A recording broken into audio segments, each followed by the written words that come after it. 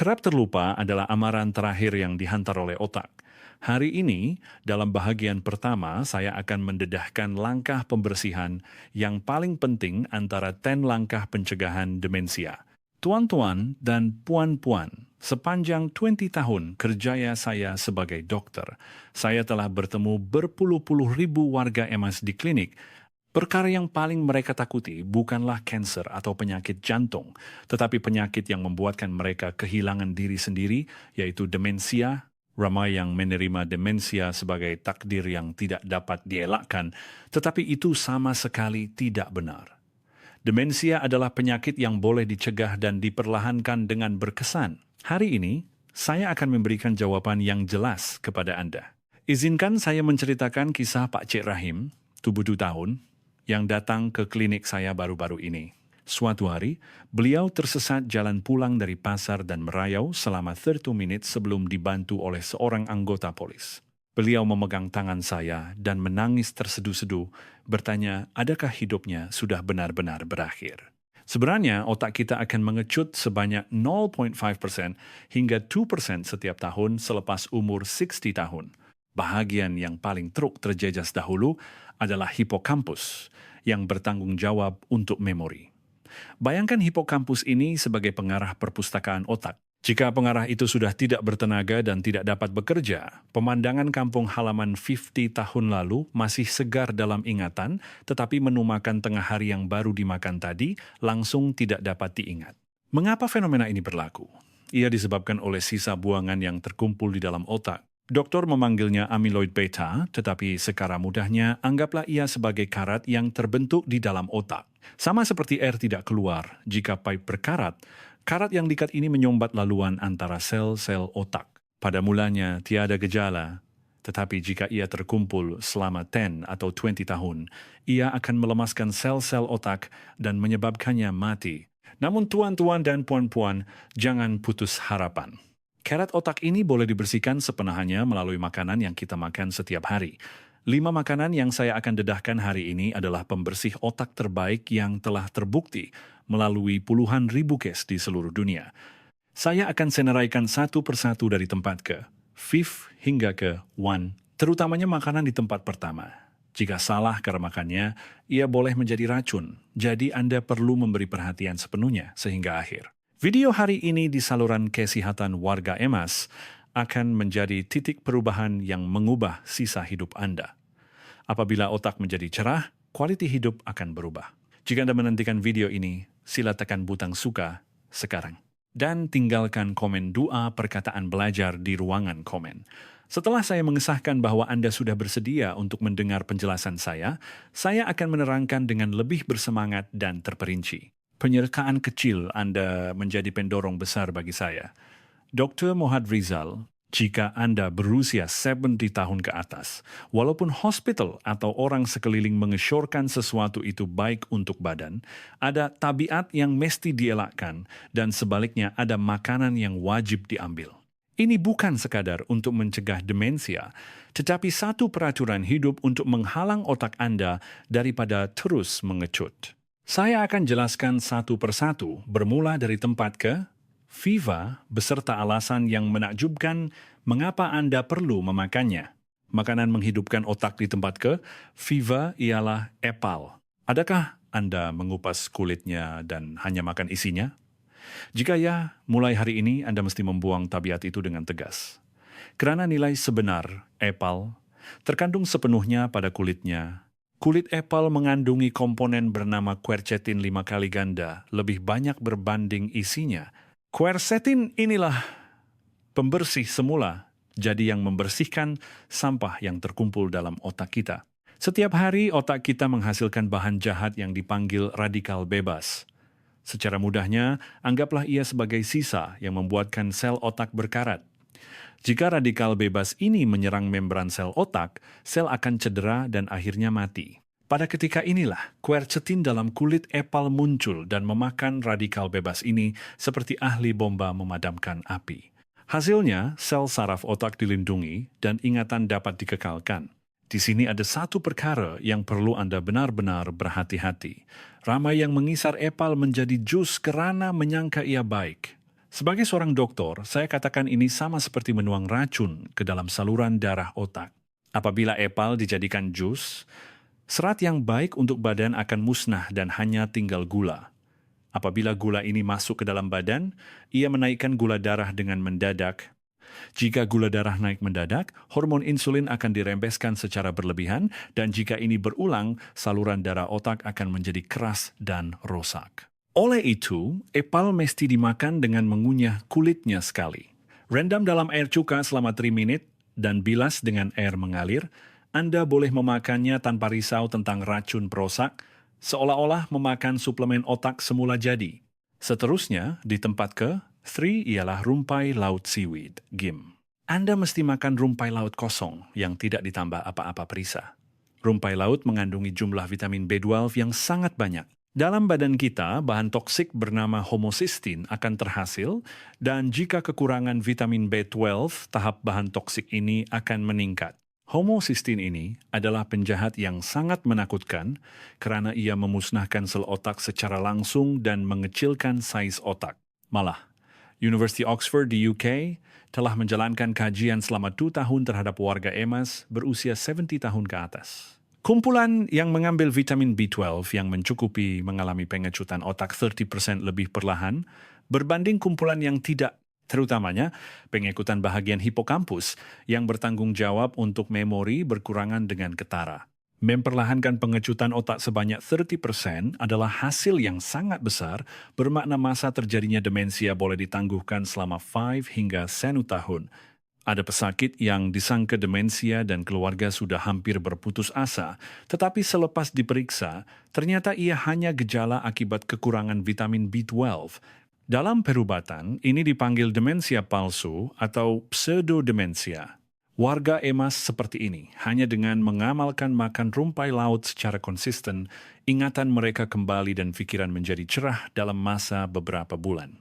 Terutamanya bagi warga EMAS yang kurang makan daging, mereka mudah kekurangan vitamin ini, dan rumpai laut adalah makanan berharga, hampir satu-satunya sumber tumbuhan yang boleh membekalkan vitamin B12. Namun, ada satu lagi peraturan yang mesti dipatuhi semasa makan rumpai laut, yaitu jarakan dengan kopi. Ramai yang minum kopi sejurus selepas menikmati rumpai laut untuk mencuci mulut, tetapi ini adalah tindakan yang menghalang penyerapan vitamin sepenuhnya. Kandungan tanin dalam kopi akan menyekat laluan penyerapan vitamin B12 ke dalam badan kita. Oleh itu, jika Anda makan rumpai laut, nikmatilah kopi sekurang-kurangnya 30 menit kemudian. Jika Anda menjaga dua perkara ini, apel dan rumpai laut dengan betul seperti yang saya ajarkan hari ini, Anda sudah berjaya lebih separuh dalam pembersihan otak Anda. Jangan simpan maklumat berharga ini seorang diri, kongsikan video ini sekarang juga kepada orang-orang tersayang di sekeliling Anda. Terutamanya kepada kawan-kawan yang makan bersendirian atau adik-beradik yang tinggal berjauhan, hantarkan melalui WhatsApp, ia akan menjadi hadiah terbesar untuk melindungi otak mereka. Satu perkongsian Anda boleh menerangi hari tua seseorang.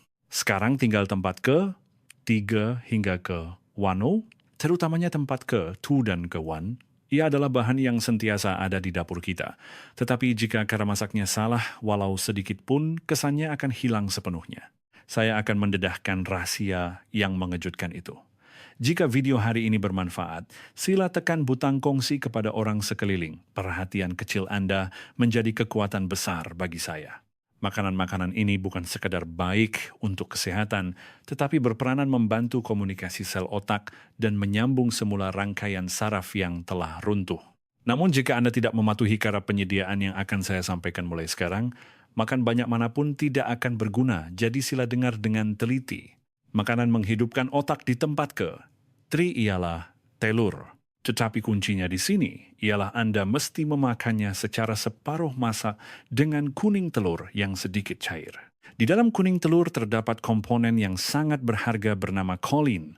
Apabila kolin masuk ke dalam badan, ia berubah menjadi asetalkolin yang bertindak sebagai penghantar maklumat antara sel-sel otak. Tadi saya katakan jika talian telepon dalam otak terputus, ingatan akan merosot, bukan? Asetalkolin inilah yang menyambung semula talian telepon yang terputus itu. Malah, satu pasukan penyelidik Harvard telah melakukan kajian susulan selama 10 tahun terhadap 1,400 orang dewasa berusia 60 tahun ke atas. Hasilnya, mereka yang makan sekurang-kurangnya 1 biji telur sehari secara konsisten mengalami penurunan fungsi kognitif 40% lebih perlahan berbanding mereka yang tidak, karena bekalan kolin yang mencukupi komunikasi antara sel otak berjalan lancar tanpa halangan. Tetapi mengapa mesti separuh masak? Jika kuning telur dimasak sepenuhnya sehingga keras, kadar penyerapan komponen kolin yang berharga ini akan jatuh mendadak. Namun memakannya mentah juga tidak disyorkan karena risiko keracunan makanan seperti salmonella. Putih telur dimasak sepenuhnya, manakala kuning telur dalam keadaan pecah dan mengalir bila dicucuk. Inilah cara pengambilan paling sempurna untuk membangunkan otak. Seterusnya, di tempat ke-2 ialah kari, tetapi semasa makan kari, ada pasangan yang wajib diingat, yaitu lada hitam. Jika Anda makan kari tanpa menabur lada hitam, Anda sebenarnya terlepas 99% khasiat kari selama ini. Komponen kurkumin yang memberikan warna kuning pada kari adalah bahan ajaib yang secara langsung menguraikan sampah otak, yaitu amyloid beta, dan meredakan keradangan otak. Ada kajian yang menyatakan sebab kadar demensia di India 4 kali lebih rendah berbanding Amerika Syarikat adalah berkat kari ini. Masalahnya, kurkumin ini sangat sukar diserap oleh badan kita. Jika dimakan begitu sahaja, kebanyakannya akan keluar semula dari badan.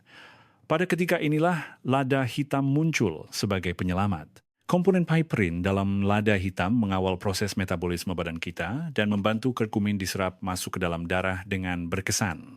Tahukah Anda berapa banyak kadar penyerapannya meningkat? Sebanyak 2,000%. Bukan 200%, tetapi 2,000%. Ini ibarat memandu di lebuh raya yang langkar berbanding jalan kampung yang sesak. Cuma perlu diingat jangan masukkan lada hitam dan masak terlalu lama. Paling baik adalah matikan api setelah kari siap dimasak dan taburkan lada hitam tok-tok di akhir sebelum makan. Baiklah, sekarang saya akan umumkan tempat pertama yang dinanti-nantikan. Ubat terbaik untuk melindungi otak Anda di tempat ke-1 ialah minyak perila mentah, raw perila oil. Di sini perkataan mentah adalah kuncinya. Anda mesti makan minyak yang diperah mentah tanpa dipanaskan, bukan minyak yang diperah selepas bijinya digoreng. Minyak perila mengandungi asid lemak omega 3 yang dipanggil alpha-linolenic acid paling tinggi dalam kalangan tumbuhan. Komponen ini adalah bahan yang sangat penting untuk membina membran sel otak kita. Apabila usia meningkat, membran sel otak menjadi keras seperti getah pipe lama, tetapi minyak perila mentah ini menjadikannya lembut dan kenyal semula. Apa yang menjadikan alpha-linolenic acid ini hebat, ialah ia mampu menembusi secara langsung pintu kawalan otak yang dipanggil sawar darah otak, blood-brain barrier. Kebanyakan nutrien dihalang oleh pintu kawalan ketat yang melindungi otak ini dan tidak dapat masuk ke dalam otak. Namun, nutrien minyak perila dengan megah membuka pintu ini dan masuk untuk melindungi sel otak secara langsung. Menurut kajian Sekolah Perubatan UCLA, warga emas yang mengambil omega-3 secara konsisten, isi padu hipokampus yang bertanggung jawab untuk memori hampir tidak menyusut langsung selama 3 tahun. Namun, minyak perila mentah sangat cerewet untuk dikendalikan. Jika dipanaskan, ia akan teroksida serta-merta dan berubah menjadi bahan toksik yang boleh menyebabkan kanser. Oleh itu, jangan sesekali gunakan minyak perila untuk menumis. Sebaliknya, makan 1 sudu begitu sahaja semasa perut kosong setiap pagi adalah yang terbaik. Memakannya semasa perut kosong pada waktu pagi membolehkan nutrien naik terus ke otak tanpa gangguan makanan lain. Dan pastikan simpan di dalam peti sejuk.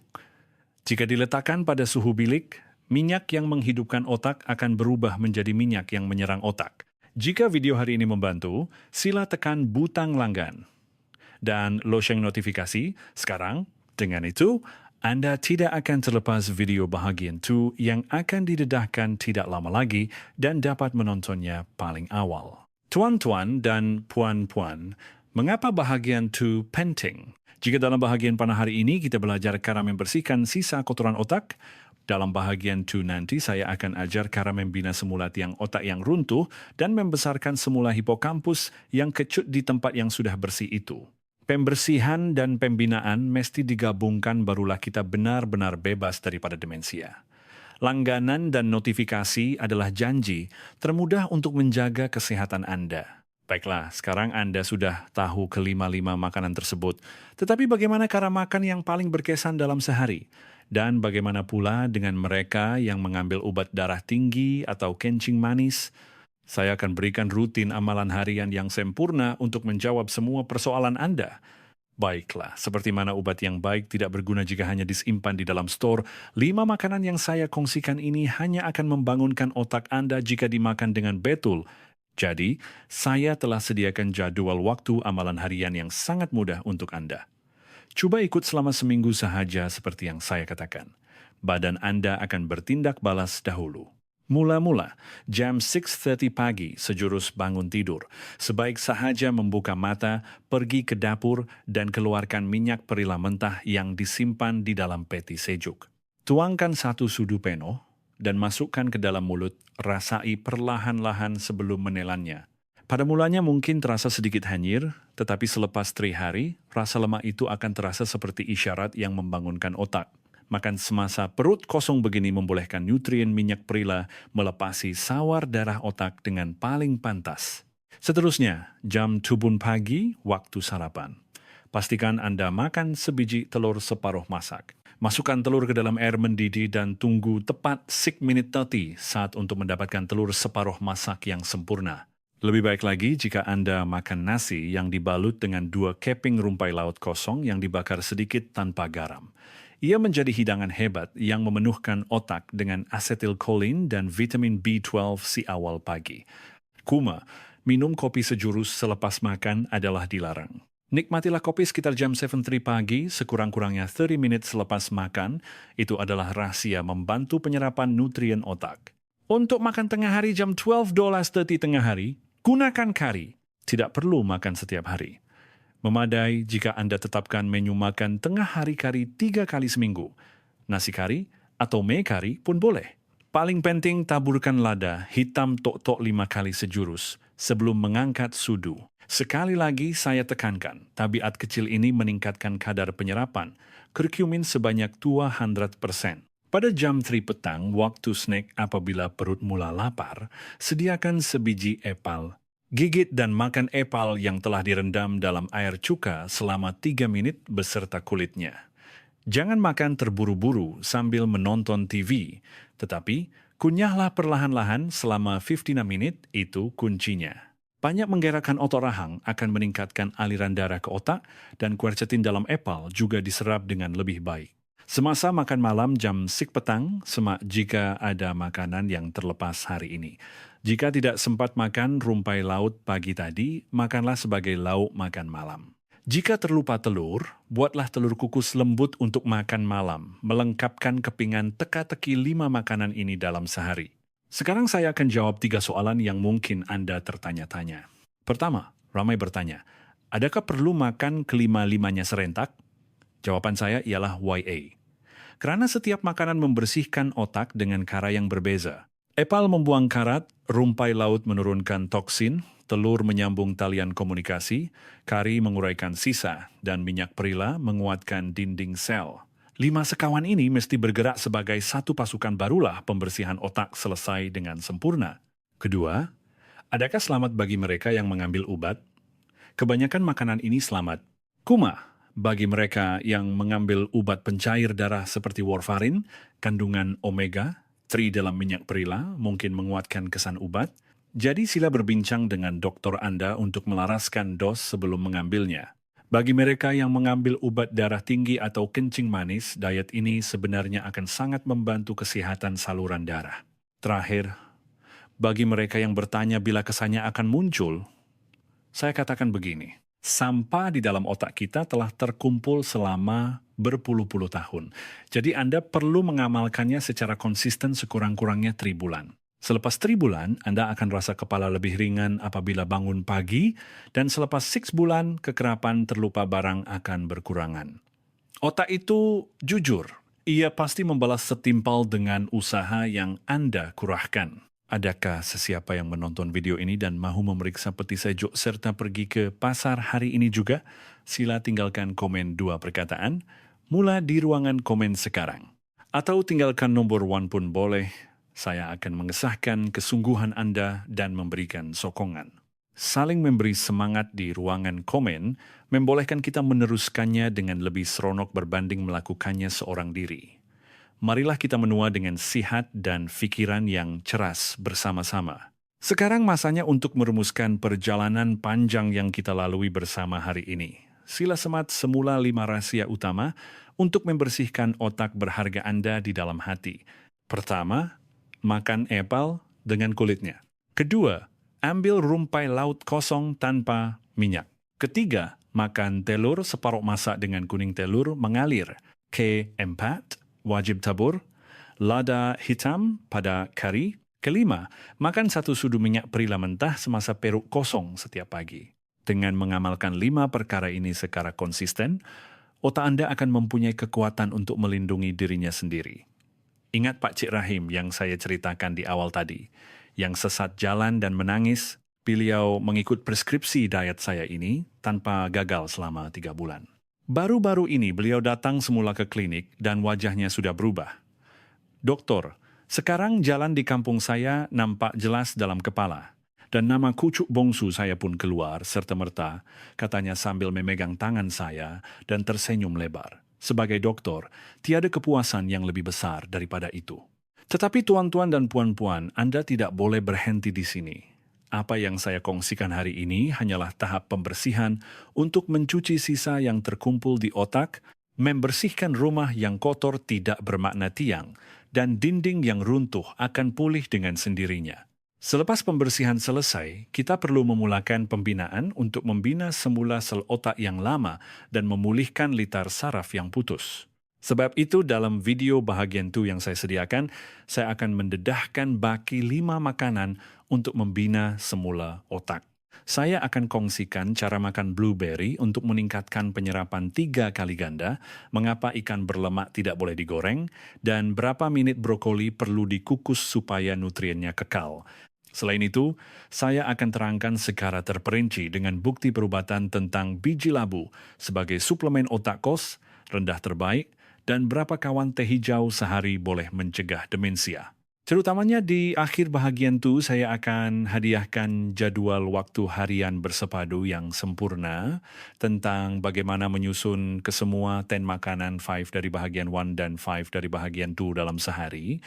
Jika bahagian 1 adalah fasa mencuci otak, bahagian 2 adalah fasa melahirkan semula otak. Hanya dengan menggabungkan kedua-dua video ini, barulah fan perintah pencegahan demensia yang sempurna dapat dilengkapkan. Tuan-tuan dan puan-puan, umur hanyalah angka. Sama ada Atinul atau Nainul tahun, jika Anda ada kemahuan, otak boleh menjadi muda semula. Cara untuk menikmati sisa hidup dengan hebat tanpa rasa bersalah kepada anak-anak, jawabannya ada di atas meja makan Anda setiap hari. Saya, Dr. Mohd Rizal, akan berjalan bersama Anda di jalan ini sehingga ke akhirnya. Saya benar-benar berharap video hari ini menjadi percikan harapan kecil dalam hidup Anda. Jika kandungan hari ini bermanfaat, sila sampaikan kepada mereka yang belum tahu maklumat ini. Dan jangan sesekali terlepas video bahagian 2 yang akan didedahkan tidak lama lagi. Langgan dan tetapkan notifikasi supaya Anda dapat menontonnya dengan paling pantas. Saya akan melakukan yang terbaik demi hari tua Anda yang sihat. Terima kasih kerana menonton sehingga habis. Jaga kesihatan.